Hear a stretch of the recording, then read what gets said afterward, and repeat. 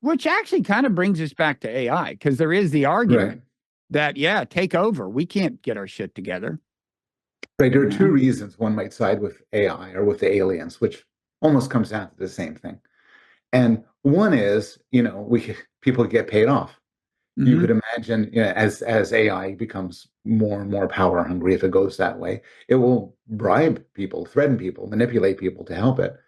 But another reason is people might just say, we're better off.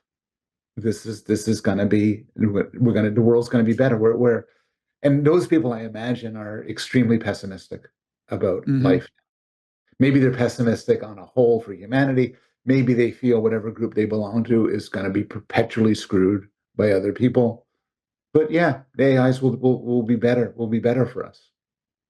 Now, there's also a hope that I have, which is that it won't have to take over, but we may actually be able to use it to do some things like more impartial adjudication, say international border disputes or something, or establishing a clear factual basis, not filtered through either two nationalist lenses or anything. That's hard. It's really challenging because right now, these large language models, they just reflect two kinds of bias: the bias implicit in the selection of text they're trained in, and the bias either implicit or explicit in the fine tuning through, the human feedback fine tuning phase of the thing. So, but it's possible. What's that? Bertrand Russell has this line. This brings us back to the impartiality and getting rid of bias, which is when you read the newspaper, you should take the United States, wherever the words United States, and replace it with X, and Russia with Y, and so on. And then see how you treat the news stories, how you think of them now that you're not us versus them. And AI could do this. An algorithm is something without a country, without loyalty, and so on. Now, the way it's currently done, it's not at all. AI inherits all the biases of the data set. And then there's also the question of, even if it could do it, would people defer to AI? I mean, you could at least remove knowledge of which country you're talking to. Yeah. If you decided, okay, both countries have submitted their factual accounts, and maybe it's been through some process where you try to find obviously wrong shit and you agree that it has to go.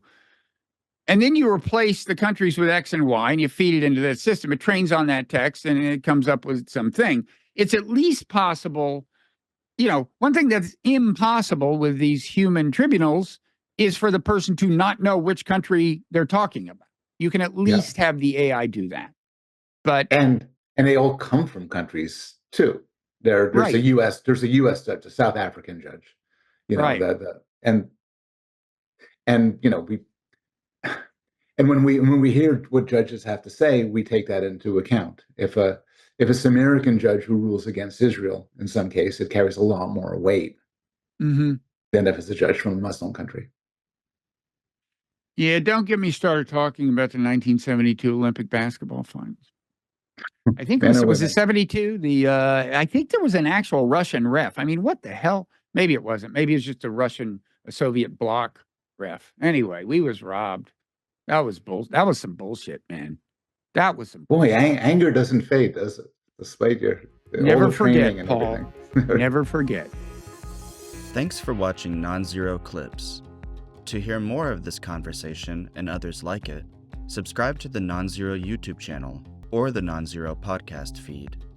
And to gain access to exclusive podcast content, subscribe to Robert Wright's Nonzero newsletter on Substack.